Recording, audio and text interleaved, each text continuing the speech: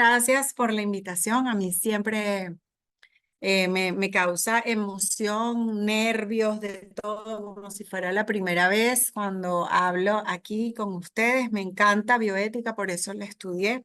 Me encantó escuchar a Ingrid, a todos, pero me encantó escuchar a Ingrid, muy interesante su ponencia. Y bueno, yo creo que es un poco continuarla con esto que existe, pues, que son las malas conductas científicas y es un tema que nos toca abordar a los que estudiamos bioética. Voy a hablar acerca de lo que yo hice para mi trabajo de investigación final en la maestría, que se trata sobre la integridad científica versus la mala conducta profesional. Bueno, de manera introductoria, ustedes saben que yo soy académica, yo soy profesora universitaria, muchos aquí lo somos. A veces somos docentes asistenciales también, no necesariamente una persona es docente por concurso, hay docentes asistenciales, docentes académicos y en la universidad especialmente se hace investigación y como bien lo dijo Ingrid, lo enfatizó la profesora Padrón, la profesora Gladys, lo han dicho todos. Bueno, ¿cuál es una de las funciones de la investigación? Difundir el conocimiento. Crear ese conocimiento. La ciencia tiene que ser creativa, es una de las funciones de la universidad también. Desarrollar y transmitir críticamente la ciencia, el resultado de nuestras investigaciones, también la técnica, los valores, la cultura, es decir, la universidad tiene una función importantísima dentro del ámbito científico y para el progreso y el desarrollo de las sociedades. Lamentablemente, todas estas funciones son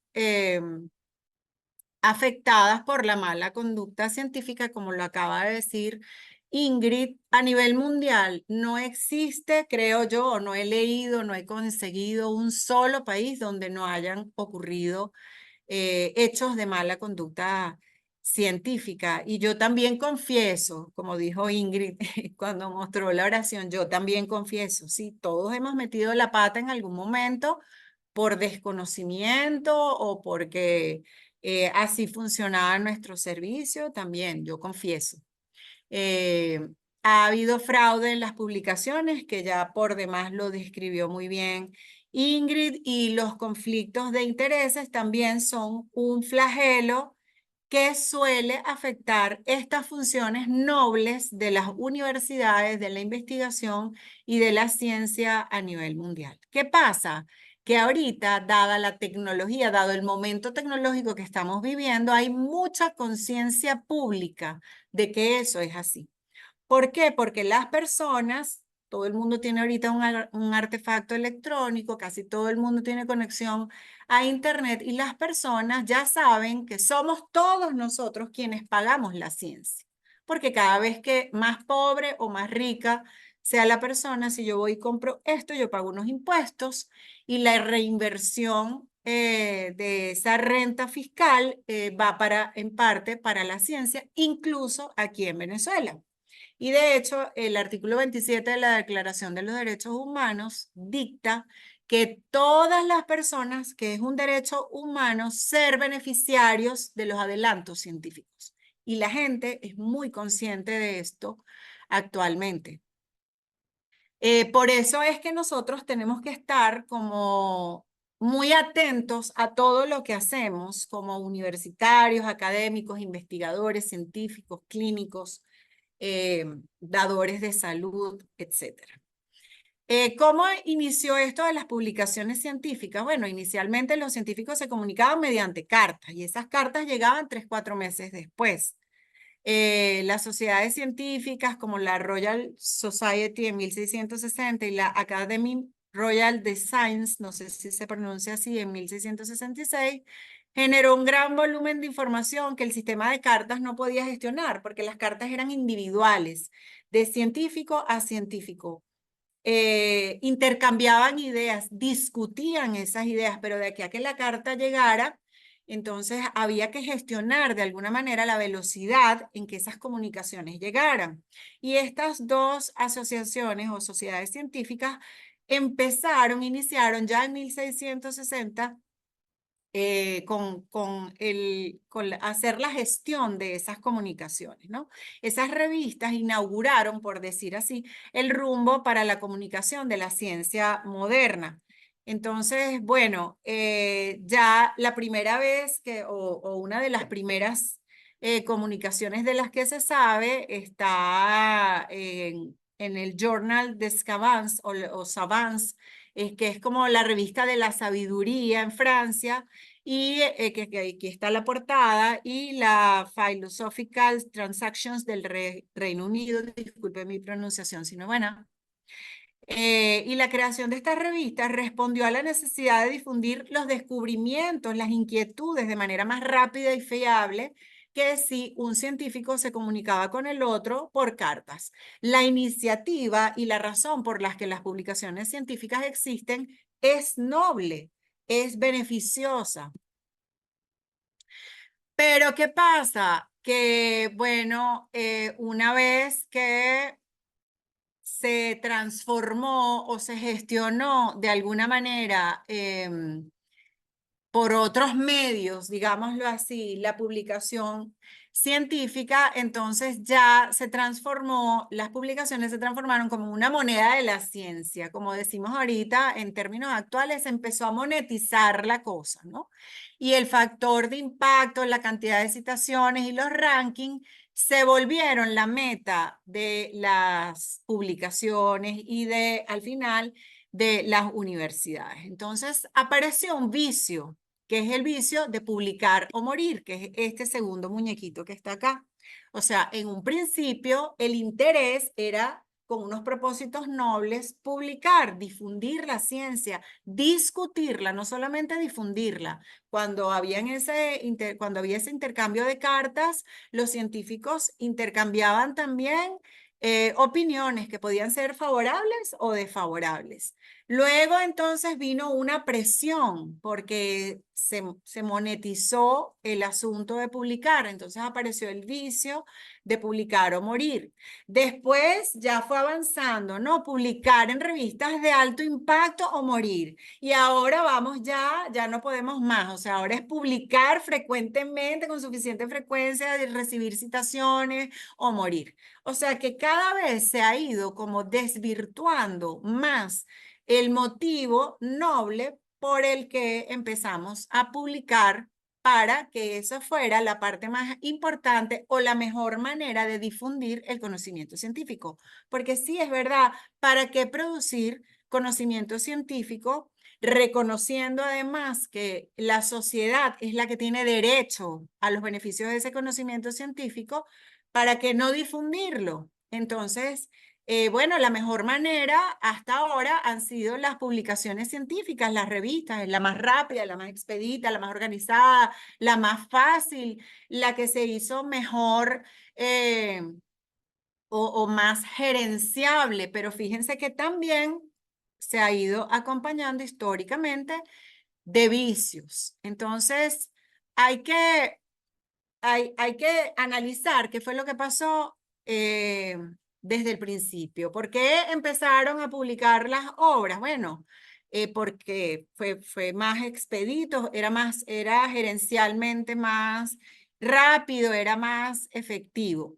Y para también reemplazar ese comercio epistolar, o sea, las cartas, para establecer también la propiedad intelectual, priorizar cuáles eran los temas más importantes, para fomentar la transparencia del escrutinio, porque como les digo, ese intercambio no solamente era publicar y ya, sino que las personas podían contestar, no, profesor fulano, no estoy de acuerdo con lo que usted dijo en su artículo, número tal de la revista tal. Eso existía y no era mal tomado, sino era tomado como una discusión sana entre científicos para promover la difusión del conocimiento, por supuesto, y como un beneficio secundario para obtener reconocimiento y reputación. Secundario. Entonces, bueno, lamentablemente como históricamente fueron apareciendo estos vicios, sucedió lo que Ingrid describía hace un momento. Apareció el fraude científico como fabricación, falsificación y plagio en la propuesta, ejecución, comunicación de las investigaciones, pero ya vieron que hay todo un listado, lamentablemente, de fraudes que son atribuibles a la fase de investigación y a la fase de publicación, porque todo dejó, o sea, ya dejó de centrarse, el propósito de la investigación dejó de centrarse en el ser humano, en el beneficio de la ciencia, en el beneficio social de los adelantos científicos, sino en publicar o morir. ¿Quiénes adquieren los financiamientos? Los que más publican, no necesariamente los que más trabajan o los que más saben. ¿Quiénes adquieren la fama, reciben los aplausos y los premios? Los que más publican, no necesariamente los que más resuelven en quirófano o en sala clínica, sino los que más publican. ¿Quiénes entre los que publican, quiénes son más famosos que los famosos? Los que son más citados. Y así vamos, o sea, se le fueron añadiendo vicios a unos propósitos iniciales nobles. Toda práctica que se desvíe intencionalmente de la honestidad científica para falsear la propuesta, conducción, información o revisión de las investigaciones es fraude.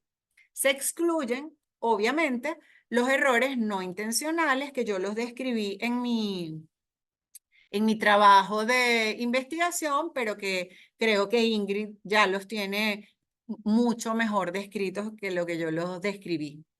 Hay un montón de fraudes, además de la falsificación, fabricación y plagio, invención de datos, falsificación de pruebas, sabotaje, autoplagio, publicaciones salami, apropiación de datos e ideas, conflicto de intereses, que lo habló Ingrid también, sesgos experimentales de publicación estadísticos. Hay literalmente de todo. Entonces, se me atraviesa la barra aquí que no logro leer ni lo que yo misma escribí, pero bueno, la integridad científica, por contraste, se ha caracterizado por la observancia y promoción de los principios éticos y deontológicos que inspiran y garantizan una praxis rigurosa y responsable. Es decir, contrapuesto al concepto y a los lamentables hechos del fraude está la integridad científica. Y yo particularmente sigo insistiendo, lo hice en mi trabajo que ya lleva como 5 años, creo, y seguiré insistiendo en que la manera de abordar esto es antes de que el fuego crezca, ¿no? Es decir, existe la presentación de un proyecto, ¿verdad? Uno presenta un proyecto, sea con fines académicos o con fines científicos, el que sea, no necesariamente para obtener un título, sino que como bien lo explicaron las profesoras anteriores, uno tiene que pedir un aval bioético cuando va a hacer investigación. Entonces uno presenta el proyecto. El comité de bioética otorga un aval.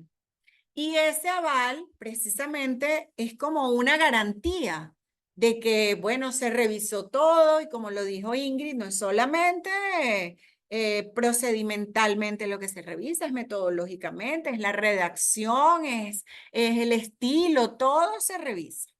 Entonces, esto hace que se aprueben muchas investigaciones anualmente para que sean publicadas y esas publicaciones constituyen una red referencial para el diagnóstico, pronóstico y plan de tratamiento que uno mismo ejecuta sobre sus pacientes.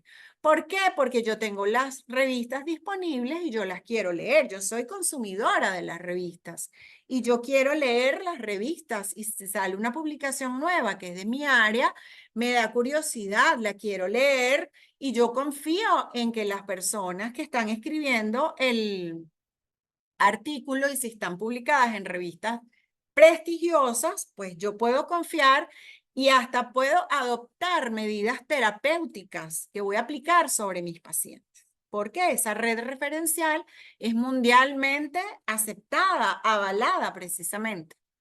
¿Qué pasa? Que para mí hay una falta de supervisión cuando esto ya no es un proyecto, sino cuando se pasa a hacer la investigación. Es decir, para el proyecto todo se presentó perfecto y por eso nos dieron el aval. Pero luego, y lo vienen conversando durante todas las ponencias, nadie supervisa qué pasa después. Entonces yo presento un proyecto y resulta que desarrollo otro y a mí nadie me supervisa. Entonces yo puedo simplemente hacer una analogía, una extrapolación de los datos de otros que sí lo están haciendo y digo que a mí me resultó lo mismo o simplemente lo invento.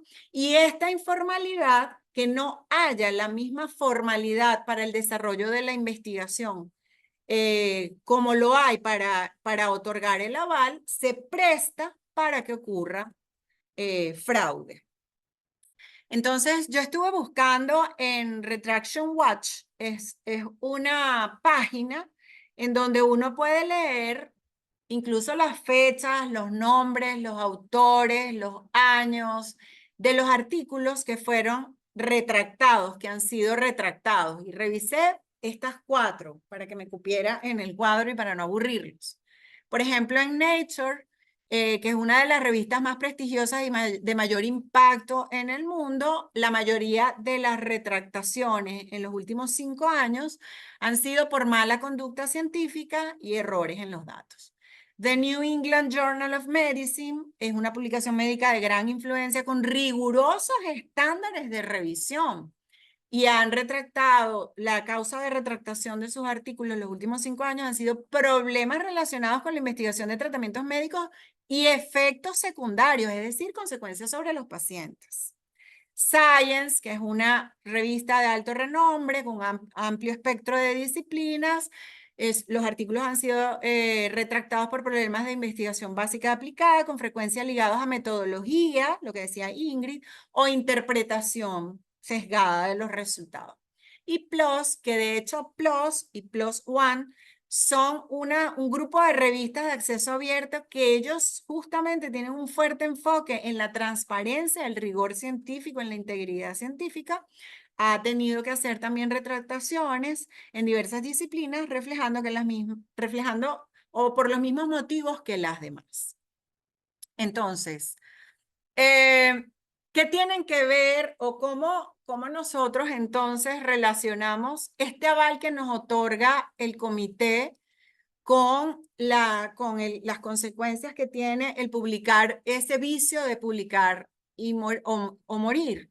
¿Cuál es la peor forma de fraude para un bioeticista? Para nosotros que estudiamos bioética, falsificar datos de manera que se ponga en riesgo un participante o mentir para obtener financiamiento. ¿Cuál sería la peor forma de fraude? Porque puede pasar y nos puede pasar con trabajos que hemos revisado nosotros mismos. No solamente, como lo vimos, existe falsificación, fabricación y plagio, sino que hay muchos fraudes más que incluyen la autoría regalada y otros tipos de vicios, como bien lo explicó Ingrid.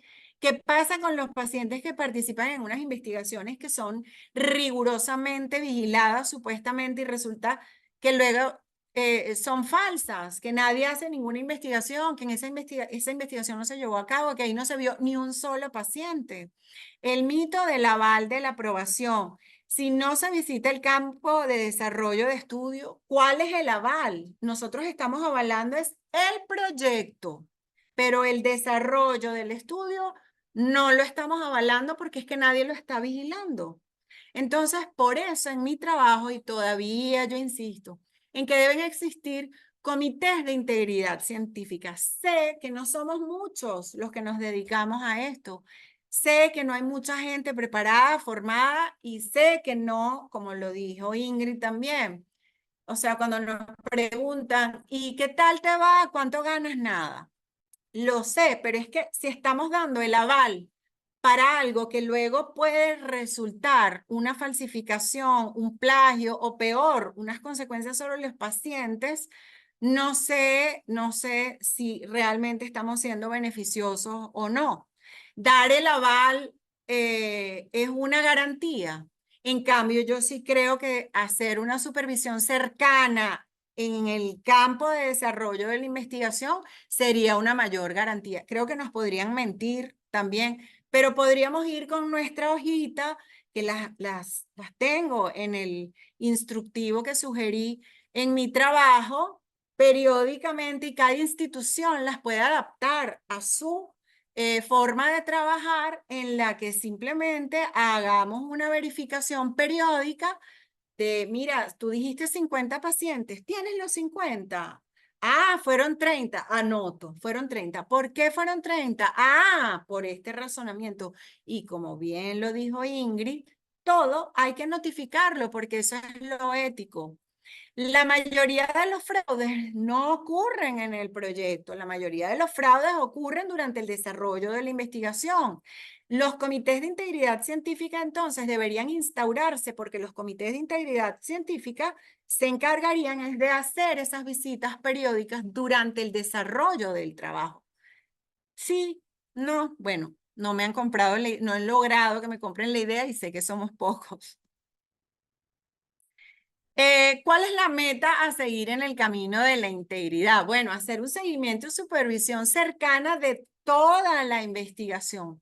Eso le va a dar formalidad, institucionalidad y oficialidad a lo que nosotros dijimos en el proyecto que íbamos a hacer. Y esos resultados ya vendrían con una garantía más cercana a la verdad, a la integridad, que cuando no lo hacemos. Los comités de integridad científica se encargarían de la supervisión, seguimiento, de la investigación, no el proyecto, de la investigación, del desarrollo de la investigación. Es más, una de las pautas de integridad científica habla acerca de que si en algún momento la persona, quien sea, no se siente preparada para ejecutar alguna de las partes de la investigación, lo dice, lo notifica y hay una capacitación, una mejoría. O sea, la idea es que realmente ese aval signifique una garantía de integridad, con rigor, con honestidad, con el cumplimiento de los métodos y la metodología que se dijo en el proyecto que se iba a hacer,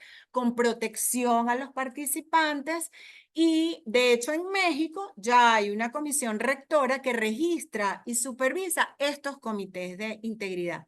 Y con mucha alegría leí que nuestra compañera Yalitza Aular en una editorial para una revista habló de este tema y también se une como al clamor de que existan comités de integridad científica. De la novena corte. De la novena. Ah, es de la novena.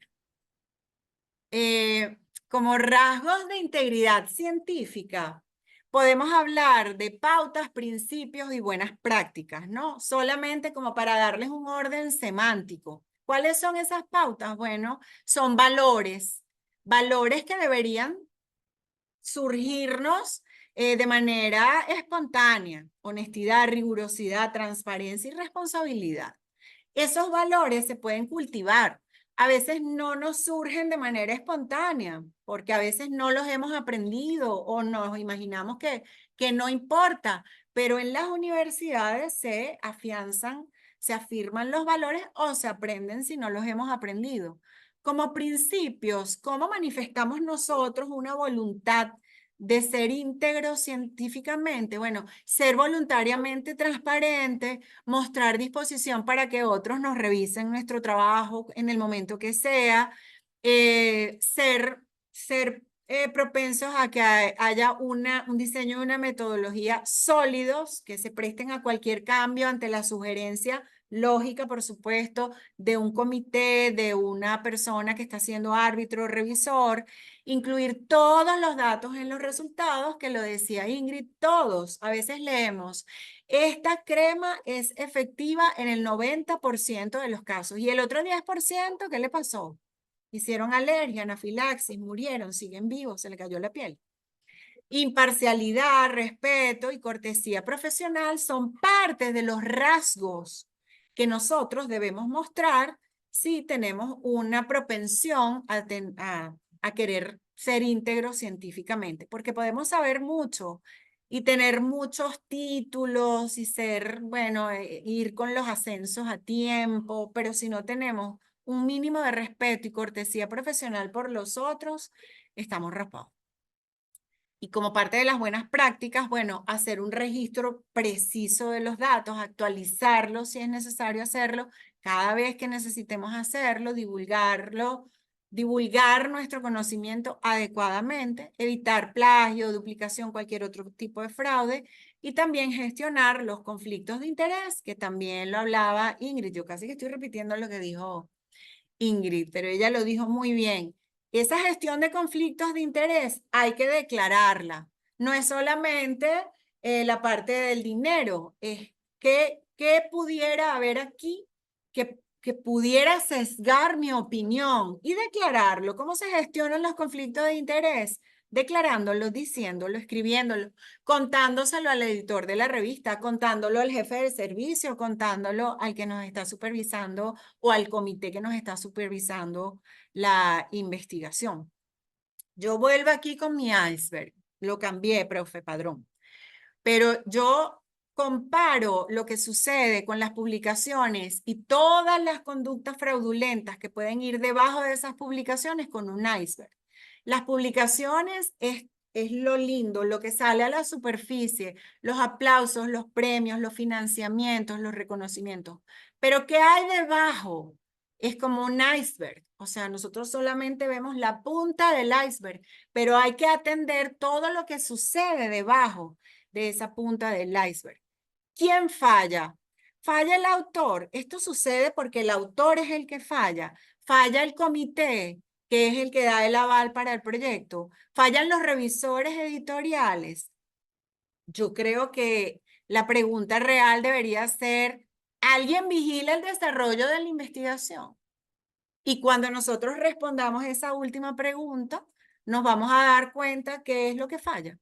O sea, a lo mejor el autor no falla, el comité tampoco es el que falla, los revisores editoriales confían en el aval del comité, pero ¿quién revisa el desarrollo de la investigación? Nadie. ¿Cómo se han venido detectando los fraudes científicos? Por los soplones, los whistleblowers. Y lo hemos leído y precisamente se han puesto en evidencia esos casos en la revista Fraude e Integridad Científica del Vargas, que lleva Ingrid, no Ingrid, sino Ingrid. ¿Cómo nosotros los hemos leído todos o casi todos los fraudes detectados a todo nivel en universidades, en hospitales públicos, privados? ¿Cómo se han detectado la mayoría de las veces? Porque hay denunciantes de situaciones que se consideran ilegales, inmorales, ilícitas, inseguras, poco éticas o fraudulentas.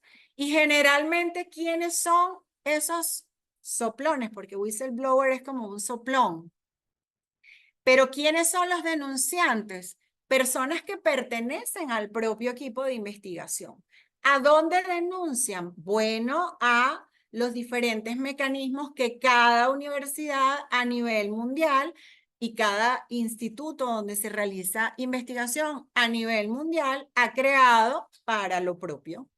Existen mecanismos de denuncia anónimos, buzones, a veces son correos, y uno puede escribir un correo, y en muchas universidades y centros de investigación, hospitales, existe, y esa es la manera como generalmente se han descubierto los fraudes, porque han pasado todos los controles rigurosos y se han publicado los artículos.